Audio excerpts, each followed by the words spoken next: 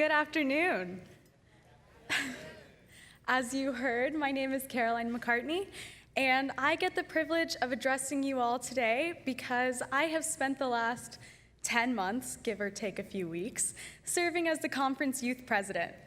Wow, it really is the coldest place in the room. But some of my shakiness is nerves, so please forgive me. It has been such a blessing to serve our church in this capacity. And as a leader, I got to bear witness to an incredible amount of spiritual growth within the youth of our conference, as well as in the adults. And, okay, I'll admit it, the experience of being president allowed my faith to burgeon more than I ever could have anticipated. At this point, I feel like it's important for me to give you a little context about me. I fell in love with the United Methodist faith when I was in 5th grade because, for the first time, I was excited to go to church. I wasn't born into this faith, I just happened to be in a military family. And I wound up at my home church campground in the Gateway District. The youth group at my home church was so inviting and warm that the first Sunday I was allowed to attend youth, I was pretty much overwhelmed with excitement. That first meeting set my life on a whole new trajectory, and for the first time, I was surrounded by young people who made me want to love God more every day, just so that I could be a little more like them.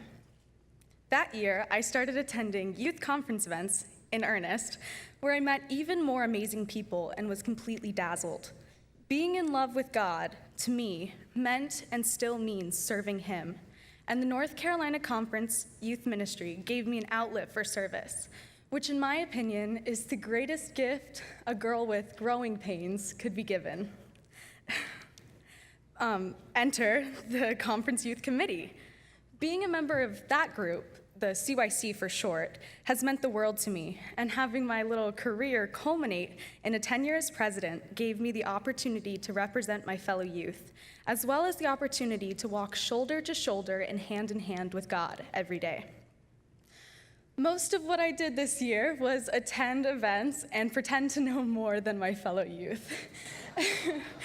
But from a technical perspective, my most important job was to attend what I call grown-up meetings, where you nod thoughtfully and contribute the occasional insight. Throughout the last crazy, busy, wonderful year, I have returned to the same passage of the Bible from 1 Peter chapter 5. I'd like to share some of those verses with you. So I exhort the elders among you, as a fellow elder and a witness of the sufferings of Christ, as well as a partaker in the glory that is going to be revealed. Shepherd the flock of God that is among you, exercising oversight, not under compulsion, but willingly, as God would have you, not for shameful gain, but eagerly, not domineering over those in your charge, but being examples to the flock.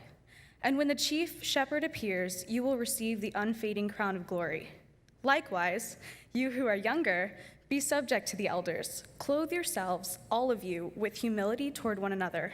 For God opposes the proud, but gives grace to the humble.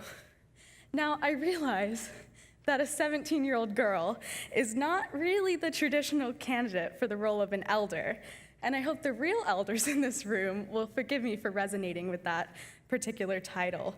But I do resonate with that, because part of the job of any youth officer is finding a mix between behaving like an elder and a young person.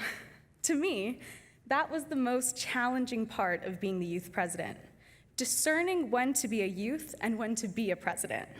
But in His infinite mercy, God left instructions to guide me through Peter.